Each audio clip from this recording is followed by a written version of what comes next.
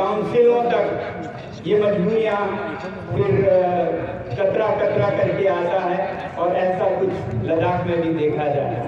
जिस तरह से लद्दाख में बड़े बड़े ज़मीनों को देखा जा रहा है कारखानों के लिए, बड़े पावर प्लांट के लिए, बिजली घरों के लिए, उससे हमें समझ आ जाना चाहिए कि आगे क्या होने वाला है। अभी तो एक हम देख रहे हैं जिसमें स्क्यामचुथाग में इतना बड़ा प्रोजेक्ट बन रहा है।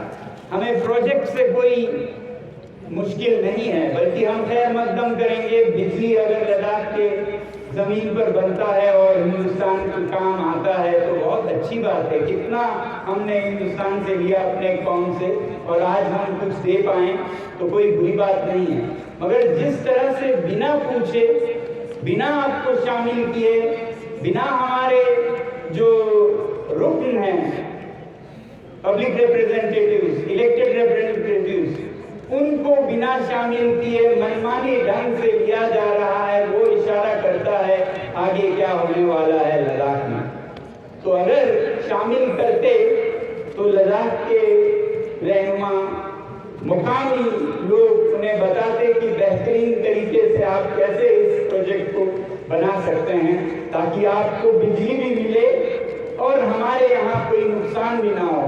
और अफसोस आज इसी प्रोजेक्ट को कुछ इस तरह किया जा रहा है कि वहाँ बिजली तो जाए मगर यहाँ के लोगों के, खासकर चरवाहों के चरागे चले जाएं और वो अपने भेड़ बकरियों को बेचने पे मजबूर हो और फिर शहरों में कुली बनकर मजदूरी करने पे मजबूर हो। और ये कोई आम चरवाहे नहीं हैं, ये वो चरवाहे हैं जो दुनिया के बेहतरीन रेशा, जिसे पश्मीना कहा जाता है, और पश्मीनाओं में भी बेहतरीन पश्मीना इसी इलाके में निकलता है, जिसे स्क्यामचुथाग कहा जाता है, रुक्सो खारनाक कहा जाता है। तो उनको बेघर करके आप एक नया घर बनाएंगे तो वो घर कितना पाप का, गुनह का होगा, कितना स्वाब का होगा, आप समझ सकते हैं। इसे उर्दू में अहमद के सिर पर मोहम्मद की टोपी कहते हैं।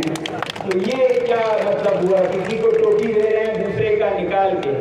लद्दाखी में कहते हैं या साथे किया चिंता, मछली को मार के और कुत्ते को मदद कर रहे हैं, तो ये तरीका नहीं है। तो ऐसे इदारे और आएंगे, और ये सिर्फ लद्दाख में नहीं हो रहा है। कहा जा रहा है एक खास कॉर्पोरेट है जो बहुत खास है हमारे सरकार की, वो तकरीबन तय है ये बिजली का बड़ा प्रोजेक्ट भी ले जाएंगे। और उनका अगर हिस्ट्री देखें तो मैं हैरान हुआ, हर जगह उनके करतूतों के जो तबाही है वो दिखने को मिलता है। मैंने ये राजस्थान में जाके देखा कि इसी कंपनी के ठीक लद्दाख की तरह ही सोलर प्रोजेक्ट बन रहे हैं, और वहाँ पर भी चरवाहों को बेघर किया जा रहा है। रहने वाले जंगल में जो हैं उन्हें बेघर किया जा रहा है, और वो बिल्कुल इसी तरह एहतजाज कर रहे हैं, धरने पे बैठ रहे हैं, अनशन कर रहे हैं। फर्क एक ये देखा कि वहाँ पर लोगों ने अपने पार्टी को भी कुर्बान किया और निकल के आके लोगों के साथ लड़ने के लिए तैयार हुए, और वो आज उस मुहिम को चला रहे हैं। तो उसकी उम्मीद भी दिखती है वहाँ। ऐसा ही लद्दाख में भी होनी चाहिए कि आज के मफाद को ना देख के कभी मुद्दत के लिए, आने वाले पीढ़ियों के लिए क्या होगा उसे देखते हुए हम अपना एक कदम लें। भले ही उसके लिए हमें अपना कुर्सी या पार्टी छोड़ना पड़े, मगर लद्दाख को महफूज रखने के लिए कुर्बानियां देनी होंगी, ये हमें सीखने की जरूरत है।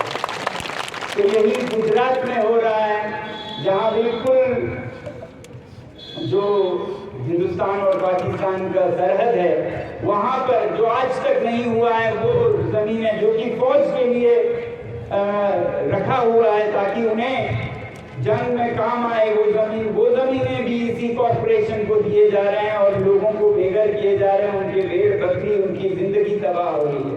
तो ये गुजरात में दिख रहा है, ये राजस्थान में दिख रहा है। ऐसा ही कुछ हस्ते